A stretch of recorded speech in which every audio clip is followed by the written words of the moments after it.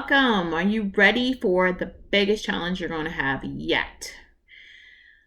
This one is going to be a little bit different because what's going to happen is have your right hand start and go 1, 2, 3, 4, 5, 6, 7, 8, and go up 2 octaves. Okay. The left hand is going to go up 1 octave.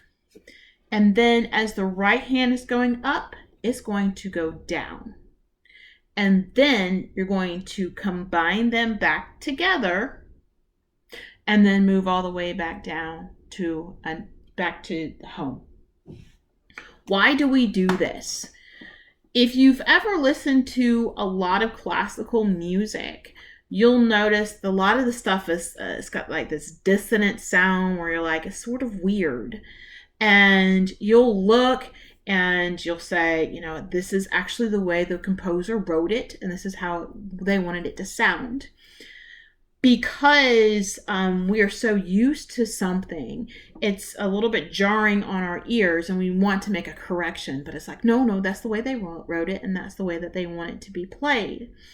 And by doing it like this, you're having to rely more on the technique than on your ears. Because when they start going, when first going up sounds great, and then they start going opposite, it becomes a little bit like odd. So in the hearing part, it's weird. The second thing that is weird is because you're getting used to having them go up and go down in the fingering, and now they're even more sort of all kinds of crazy little things going on. So it is a great exercise for you to understand that music comes in a lot of different varieties. Some of it sounds really nice and pleasant and they come together, and sometimes they don't. And when it doesn't, you have to rely more on your technique and understanding reading music, which we don't really do right now. But, and this is a great exercise in order to do this. So I'm going to demonstrate what I'm talking about. So what happens is on the right hand, we're not going to start in the middle C. I'm going to start 1 octave lower, and I'm just going to go up 2 octaves like I would in the other one.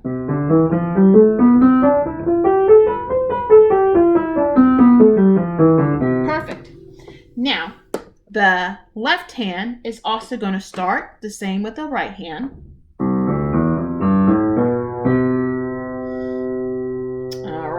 Now, at that point, it's going to go back down. So you're basically just doing 1 octave up and down. Then you'll go back up. And then both of them will go back down. So the right hand is doing 2 octaves, and the left hand is doing basically the 1 octave. So let's hear what it sounds like. I'm going to go slowly.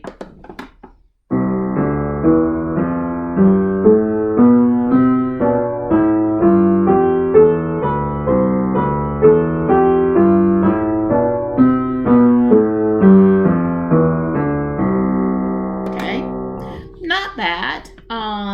When you're doing something like on the C, it's pretty easy stuff. It's when you get to like the sharps and the Fs, the one that I didn't really like, the F sharp, where you start to be like, what's next? What's the note next? So we're actually going to do both. I haven't done them in a while, so this will be a challenge for me. So I'm showing you, this is me not having done this particular exercise in a while. And the one scale that I said that I'm not too big of a fan on. So let's start with the C, which is the easiest one to do. We're going to go slow. I'm going to back it down to 50. And again, the right hand's going to go up 2 octaves. And the left hand's just going to go up and down 1 octave. 1, 2, ready, go. Actually, that's a little slow. I'm going to bump it up a little bit. Sometimes I can get a little too slow. Let's go to 60. All right, here we go. Listen. 1, 2, 3, 4.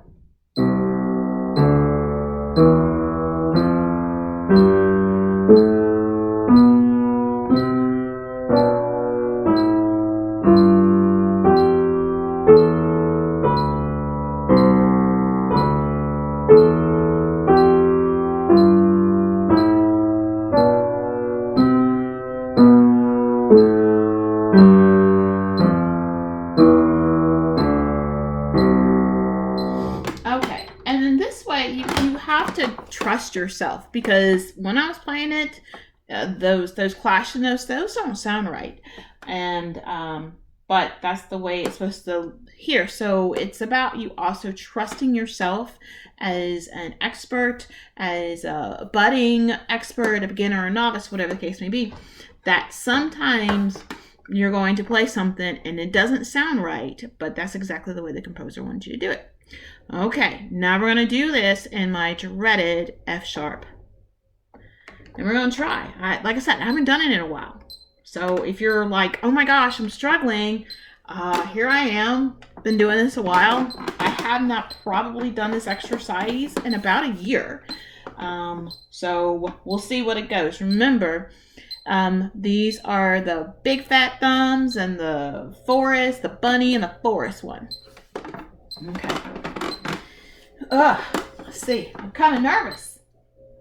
Here we go. 1, 2, 3, 4.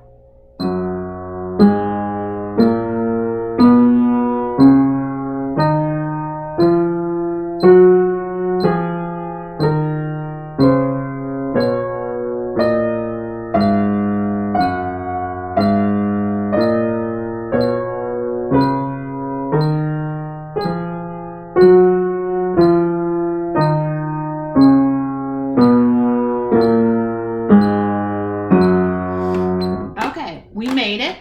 I didn't stop, but I made a mistake.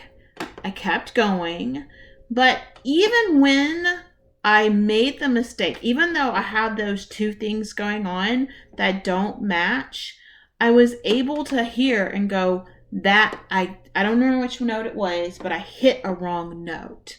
And that also helps out with ear training, because even when things are a little bit weird, oftentimes they still follow some sort of pattern that the composer tries to do. So me being raw and open and saying people make mistakes, and it is perfectly fine, and it has nothing to do with me being an adequate musician or a pianist, but that's what happens when you get kind of rusty. And sometimes I'll sit down and I'll work on something and I'm like, ugh, I'm rusty.